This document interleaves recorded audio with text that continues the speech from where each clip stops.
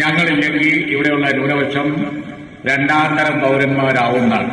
ഇവിടുത്തെ ന്യൂനപക്ഷം രണ്ടാന്തരം പൗരന്മാരാവുന്നു എന്ന് പറയാൻ ഇവരാരാണ് എന്നാണ് എനിക്ക് കളവിനെ കൊണ്ടുവരുന്ന എന്തധികാരമുള്ളത്? അതിനകത്ത് വലിപ്പം വെക്കുണ്ടോ? ഇന്ത്യയിലെ ന്യൂനപക്ഷത്തെ സംരക്ഷിക്കല് പോയിട്ട് എന്റെ അഭിപ്രായത്തിൽ ഇന്ത്യ രാജ്യത്ത് അവർക്ക് അവരുടെ പാർട്ടിയെ സംരക്ഷിക്കാൻ പോലും പറ്റാത്ത സ്ഥിതിയാണ് ഇപ്പോൾ ഉള്ളത്. ത്രിപുരയിലും ബംഗാളിലും അതുപോലെ തന്നെ തമിഴ്നാട്ടിലും ഒക്കെ അവരുടെ പാർട്ടി കോൺഗ്രസിന്റെയും DMK-യുടെയും ഒക്കെ സൗജന്യത്തിലാണ്. അപ്പോഴാ പറയുന്നത് കേരളത്തിൽ പരസ്യം ചെയ്തിരിക്കുകയാണ്. എന്താ പരസ്യം? ന്യൂനപക്ഷം രണ്ടാം തരം പൗരന്മാരായി പോകും. ആരാ പറഞ്ഞത് അവരോട്?